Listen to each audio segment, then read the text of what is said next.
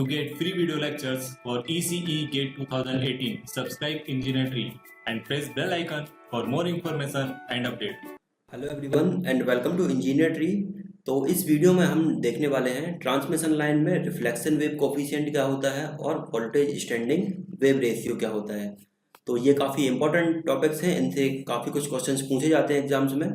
और इसके previous videos में हमने ट्रांसमिशन लाइन से रिलेटेड कुछ न्यूमेरिकल क्वेश्चंस देखे थे, तो आप लोगों ने वो वीडियोस देख लिए होंगे। अगर नहीं देखे हैं तो आप हमारे चैनल की प्लेलिस्ट में जाके वो सारे वीडियोस देख सकते हैं।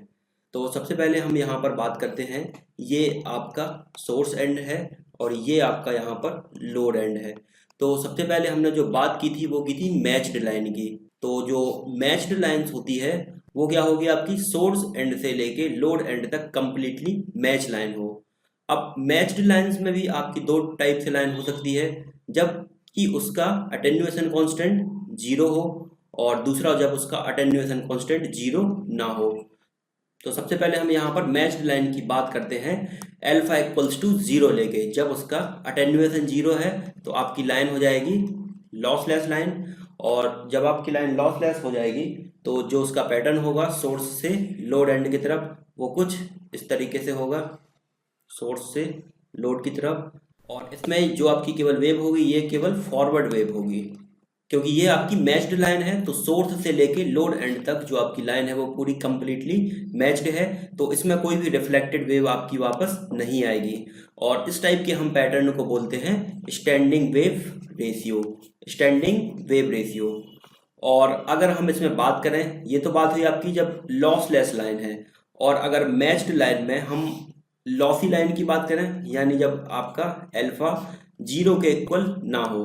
जब जीरो के इक्वल नहीं होगा तो इस वेव का जो आप एम्पलीट्यूड देख सकते हैं, यहाँ मैक्सिमा है यहाँ मिनिमा है, और ये कांस्टेंट एम्पलीट्यूड है इसका सोर्स से लेके लोड एंड तक। अब जब आपकी लॉसी लाइन होगी तो यहाँ पे आपका सोर्स है और यहाँ पर लोड एंड है, तो सोर्स से लोड तक जो इसका एम्पलीट्यूड होगा वो धीरे धीरे डिके होता जाएगा।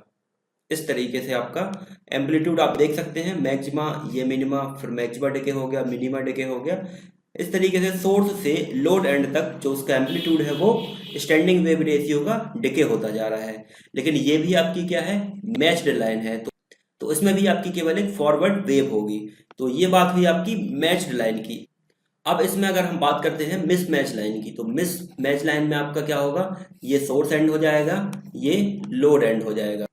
मिसमैच लाइन में भी आपकी दो कंडीशन पॉसिबल हैं, जब आपका अटेन्यूएशन कांस्टेंट जीरो हो, मतलब लाइन आपकी क्या है, लॉसलेस लाइन है।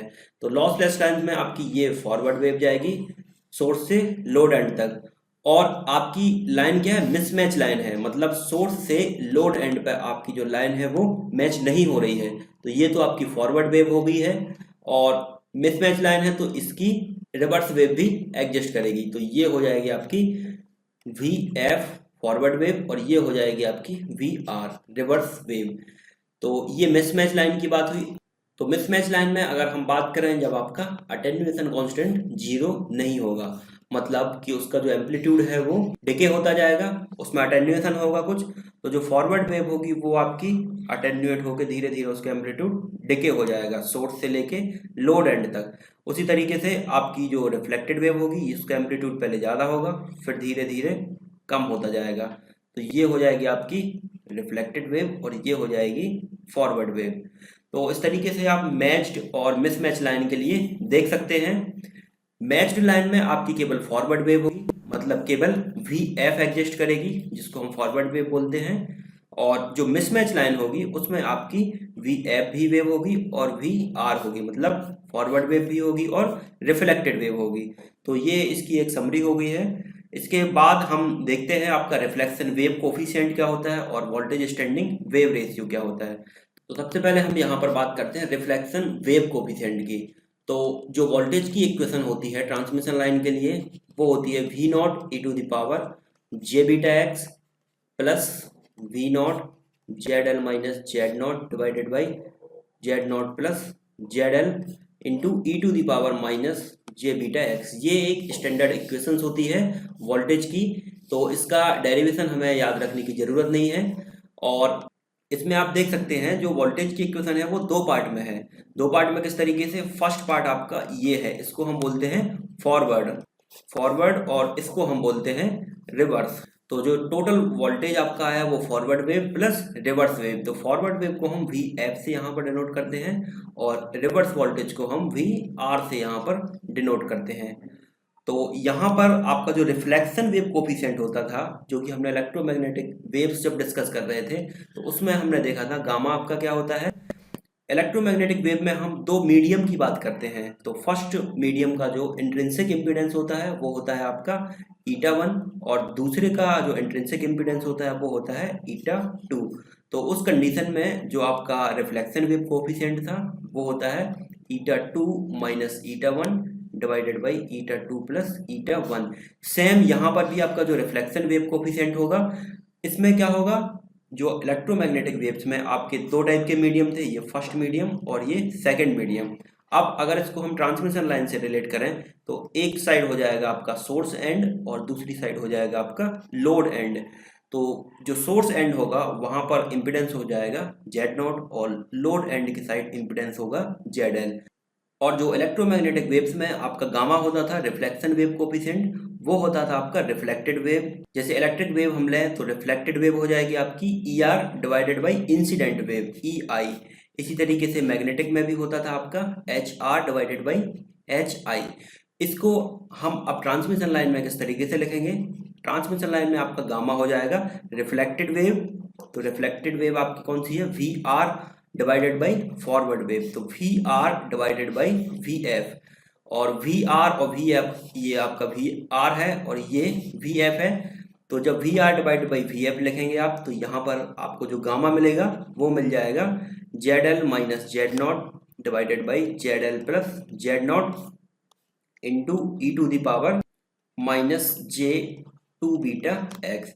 ये आपका आ गया गामा निकल के ट्रांसमिशन लाइंस के लिए, ZL minus Z0 divided by ZL plus Z0 into e to the power minus J2 beta x.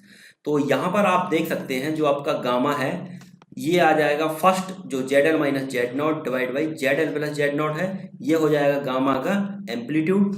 और यहाँ पर साथ में e to the power minus J2 beta x है, ये हो जाएगा इसका फेस। तो ट्रांसमिशन लाइन में जो आपका रिफ्लेक्शन वेव कोफिशिएंट होगा उसको आप एम्पलीट्यूड और फेस के फॉर्म में लिख सकते हैं। तो इसको हम आगे डिस्कस करते हैं। जो एम्पलीट्यूड हो जाएगा गामा का वो हो जाएगा आपका ZL minus Z0 divided by ZL plus Z0। और जो फेस हो जाएगा, जो एंगल थीटा है, वो हो जाएगा e to the power minus J2 beta x. तो ये एम्पलीट्यूड हो जाएगा और ये उसका फेस हो जाएगा। तो गामा को जो हम परफेक्टली डिनोट करते हैं फेस और एम्पलीट्यूड के फॉर्म में, तो मॉड गामा एंगल थीटा से इसको हम यहाँ पर डिनोट करेंगे। तो यहाँ पर जो आपका मॉड गामा है वो हो जाएगा magnitude of VR divided by VF, मतलब magnitude of reflected wave divided by magnitude of forward wave. और जो आपका थीटा है वो हो जाएगा phase difference between reflected wave and forward wave. तो ये हो जाएगा उसका मैग्नीट्यूड और ये हो जाएगा उसका फेस। तो सिंपली आपको यहाँ पर जो रिफ्लेक्शन वेव कोफिशिएंट है गामा का फॉर्मूला याद रखना है, ZL minus Z0 divided by ZL plus Z0। ये बहुत इंपॉर्टेंट है, इससे सीधे सीधे क्वेश्चंस एग्जाम में पूछे जाते हैं। अब यहाँ पर हम गामा को और डिटेल्स में डिस्कस करने वाले हैं। तो गामा आपका जो फॉर्मूला होता है ZL minus Z0 divided by ZL plus Z0। और गामा को हम बोलते हैं रिफ्लेक्शन डिवाइडेड बाई, गामा को हम बोलते हैं reflected wave divided by forward wave. तो इसमें जब गामा की वैल्यू आपकी 0 होगी, यानी आपकी जो लाइन हो जाएगी वो पूरी मैच्ड लाइन होगी। मैच्ड लाइन क्यों होगी, जब आपका ZL आपके Z0 के बराबर हो जाएगा, मतलब जो सोर्स का इम्पिडेंस है वो लोड के इम्पिडेंस के बराबर हो जाएगा। तो जब सोर्स का इम्पिडेंस लोड के इम्पिडेंस के बराबर होगा तो आपकी लाइन कंप्लीटली मैच हो जाएगी। तो यहाँ पर आपका ZL और Z0 कैंसिल हो जाएगा और गामा की वैल्यू आएगी 0। तो मैच्ड लाइन के लिए जो वैल्यू होगी गामा की वो 0 होगी। और यहाँ से भी आप देख सकते हैं मैच्ड लाइन के लिए जो आपकी रिफ्लेक्टेड वेव होगी वो एग्जिस्ट नहीं करेगी, तो ये हो जाएगी 0 डिवाइडेड बाई वी एफ, तो गामा की वैल्यू 0 आ जाएगी। तो सिंपली आपको बस ये याद रखना है कि मैच्ड लाइन के लिए 0 होती है आपकी गामा की वैल्यू। और अगर हम मिसमैच लाइन की बात करें तो मिसमैच लाइन में जो आपकी गामा होता है वो होता है V R divided by V F.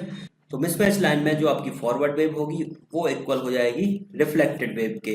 तो यहाँ से आपकी गामा की वैल्यू आ जाएगी 1, क्योंकि जब आपकी लाइन कंप्लीटली मैच नहीं होगी तो जितनी आपकी फॉरवर्ड वेव सोर्स एंड से जा रही है लोड एंड की तरफ, उतनी ही आपकी रिफ्लेक्टेड वेव लोड एंड से सोर्स एंड की तरफ वापस आ जाएगी।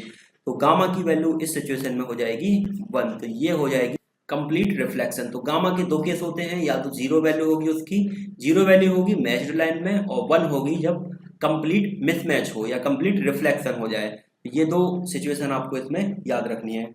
अब इसमें हम आगे बात करते हैं वोल्टेज स्टैंडिंग वेव रेशियो की। तो जो वोल्टेज का फार्मूला होता है वो हमने यहाँ पर पुट किया है, V not e to the power j beta x plus V not. अब यहाँ पर Z L minus Z not divide by Z L plus Z not को हमने मॉड गामा और उसके फेस के फॉर्म पे यहाँ पर लिखा है, और e to the power minus j beta x.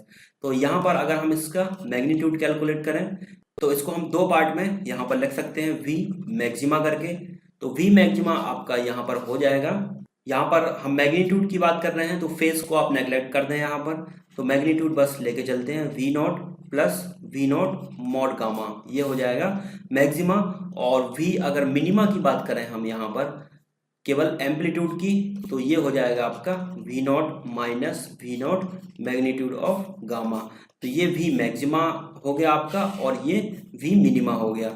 तो मैक्सिमा आपका होगा जब दोनों सेम फेस में होंगे, ये आपकी जो रिफ्लेक्टेड वेव थी और ये फॉरवर्ड वेव थी, ये दोनों जब आपके सेम फेस में होंगे तो मैक्सिमा आकर होगा, और जब दोनों का फेस डिफरेंस होगा तो यहाँ पर आपका मिनिमा आकर होगा। तो इसका जो सीधा सीधा फॉर्मूला है वो आपको देखना है, इसका डेरिवेशंस देखने की जरूरत नहीं है हमें। और यहाँ पर जो आपकी स्टैंडिंग वेव से रेशियो होती थी सोर्स से लेके लोड एंड तक, इस टाइप से जो आपकी वेव होती हैं स्टैंडिंग वेव्स होती हैं, उनमें आपका मैक्सिमा कब अकर होगा और मिनिमा कब अकर होगा। तो मैक्सिमा कब अकर होगा उसके फेस का सीधा सीधा फॉर्मूला है 2 beta x maxima equals to 2n pi plus theta, ये मैक्सिमा का फॉर्मूला है। और मिनिमा कब अकर होगा स्टैंडिंग वेव्स रेशियो में 2 beta x minima is equals to 2n plus 1 into pi plus theta. तो ये हो जाएगा आपका वोल्टेज मैक्सिमा का फॉर्मूला। एक्स मैक्सिमा मतलब कितनी कितनी डिस्टेंस पर आपका मैक्सिमा अकर होगा स्टैंडिंग वेव्स में, और ये हो जाएगी आपकी मिनिमा की इक्वेशन, स्टैंडिंग वेव्स में आपका कितनी कितनी डिस्टेंस पर मिनिमा अकर होगा। तो यहाँ पर जो n की वैल्यू है वो आप 0, 1, 2, 3 इस तरीके से कोई भी वैल्यू यहाँ पर पुट कर सकते हैं। तो मैक्सिमा और मिनिमा इस तरीके से यहाँ पर वेरी होगा। तो इसमें जो सिंपल फार्मूला है इससे रिलेटेड सीधे क्वेश्चंस आते हैं, ये आपको याद रखना है। मैक्सिमा कब अकर होगा उसके फेस के फॉर्म में, और मिनिमा कब अकर होगा उसके फेस के फॉर्म में, और वी मैक्सिमा और वी मिनिमा हमने यहाँ पर देख लिया है। तो यहाँ पर जो हम बात करने वाले थे वोल्टेज स्टैंडिंग वेव रेशियो की, तो वोल्टेज स्टैंडिंग वेव रेशियो आपका रेशियो होता है V maxima divided by V minima. मतलब V maxima divided by V minima का जो रेशियो होता है उसको हम बोलते हैं वोल्टेज स्टैंडिंग वेव रेशियो। तो वी मैक्सिमा की वैल्यू आपने देखी है V not plus V not mod gamma divided by V not minus V not mod gamma. तो इसको जब आप सॉल्व करेंगे तो वी नॉट से वी नॉट कैंसिल हो जाएगा, और ये फाइनली आ जाएगा 1 plus mod gamma divide by 1 minus mod gamma. तो ये वोल्टेज स्टैंडिंग वेव रेशियो का फॉर्मूला आया। ये काफ़ी इंपॉर्टेंट है, ये आपको याद रखना है। VSWR equals to 1 plus mod gamma divided by 1 minus mod gamma. इससे रिलेटेड सीधे क्वेश्चंस आपके पूछे जाते हैं। तो ये वोल्टेज स्टैंडिंग वेव रेशियो हो गया आपका रिफ्लेक्शन वेव कोफिशिएंट के टर्म में। जब इसको आप और फर्दर सॉल्व करेंगे तो आप रिफ्लेक्शन वेव कोफिशिएंट भी निकाल सकते हैं वोल्टेज स्टैंडिंग वेव रेशियो के फॉर्म में। तो गामा हो जाएगा आपका v minus 1 divide by v plus 1। ये चीज़ें आपको याद रखनी है। अब इसमें कभी कभी एक नंबर में क्वेश्चन पूछा जाता है आपका कि वोल्टेज स्टैंडिंग वेव रेशियो की वैल्यू क्या होगी मैच्ड लाइन के लिए या मिसमैच लाइन के लिए। तो जब आपकी मैच्ड लाइन होगी, मैच्ड लाइन के लिए आप जानते हैं गामा की वैल्यू कितनी होगी 0 होगी।